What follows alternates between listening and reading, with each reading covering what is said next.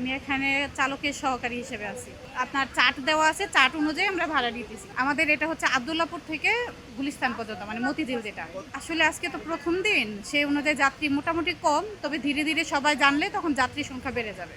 এটা একটা পজিটিভ সাইডই দেখতে পাচ্ছি। আসলে এটা নারীদের জন্য অনেক উপকারী হবে, কারণ এই বাসে যাতায়াত করলে ওরা অনেকটা সেফভাবে ওদের গন্তব্যস্থলে পৌঁছাতে পারবে এবং কোনো রকম ব্যাড টাচের শিকার হবে না।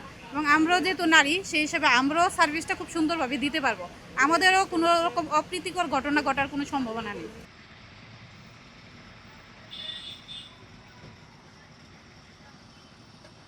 জীবন অবাক না করলে কে করবে? 28% মিল্ক ফ্যাটের অবাক করার সাথে ফ্রেশ মিল্ক পাউডার। জীবন অবাক করুক প্রতিদিন। এই রাস্তাটা তো আসলে খুবই বিজি রাস্তা, দেখা যায় অফিস টাইম শেষে, যেমন আজকে আমি একটু আর্লি বের হয়েছি, সেজন্য মোটামুটি মানে ফ্লেক্সিবল।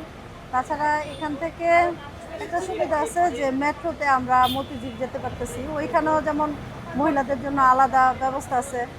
বাসটা এরকম আলাদা হতে আমার কাছে খুব ভালোই লাগতেছে। 15 টাকা নিল শাহবাগ থেকে গুলিস্তান, নর্মালি তো 10 টাকা যায়। এটার কারণ আমি আজকে ফার্স্ট টাইম উঠলাম, আমি জানি না, কিন্তু কেন বেশি, এটা তো একটা প্রশ্ন, একটা প্রশ্ন থেকেই যায়। এটা একদম মতিঝিল গুলিস্তান পর্যন্ত। জি।